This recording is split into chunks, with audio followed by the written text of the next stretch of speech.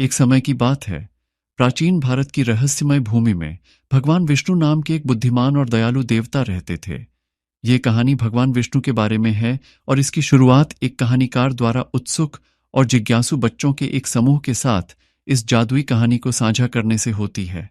कहानीकार ने शुरू किया, बच्चों इकट्ठे हो जाओ और मैं तुम्हें उस समय की यात्रा पर ले चलता हूं जब देवी देवता मनुष्यों के बीच विचरण करते थे।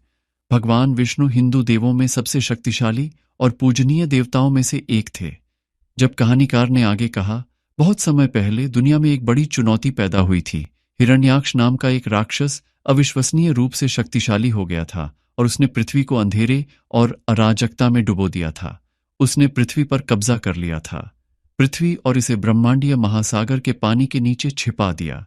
देवता चिंतित थे और उन्हें नहीं पता था कि पृथ्वी को उसके चंगुल से कैसे बचाया जाए।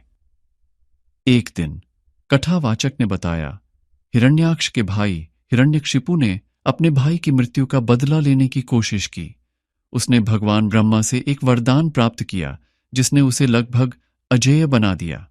अपनी नई शक्ति के साथ हिरण्यकशिपु ने देवताओं को भी चुनौती देते हुए कहर बरपाना शुरू कर दिया। लेकिन एक दिक्कत थी, उसे आदमी या जानवर अंदर या बाहर, दिन या रात में नहीं मार सकता था। में कथावाचक ने आगे कहा, देवता इससे परेशान थे क्योंकि ऐसा लग रहा था कि कोई भी उसे रोक नहीं सकता।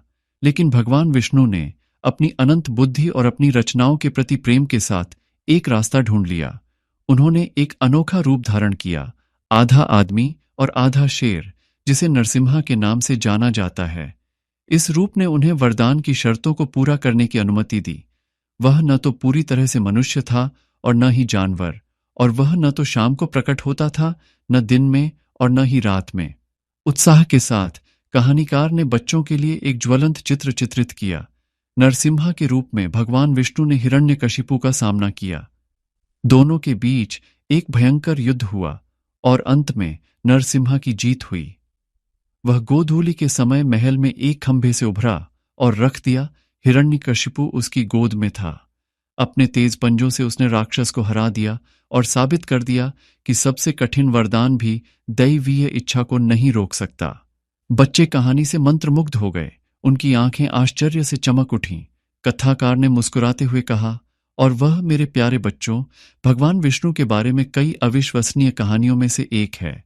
उनकी करुणा और बुद्धि की कोई सीमा नहीं थी और उन्होंने हमेशा ब्रह्मांड को अंधेरे से बचाने और संतुलन बहाल करने का एक रास्ता ढूंढ लिया। जैसा कि हम भगवान विष्णु की कहानियां सुनते हैं, कहानीकार ने निष्कर्ष निकाला, आइए हम साहस, करुणा और चुनौतियों का रचनात्मक समाधान खोजने के महत्व को याद रखें, जैसे भगवान विष्णु ने किया था। और अब मेरे युवा मित्र, इनके साथ आगे बढ़ें, अपने दिलों में सबक लें और इन प्राचीन कहानियों की भावना को जीवित रखें। भगवान विष्णु की मनमोहक कथा पर बच्चों ने तालियां बजाकर कथावाचक को धन्यवाद दिया। जैसे जैसे वे अपने रास्ते पर आगे बढ़ते गए, वे कहानी को अपने साथ ले गए, जो उस कालातीत ज्ञान की याद दिलाती थी जो देवताओं और नायकों की किंवदंतियों में पाई जा सकती है।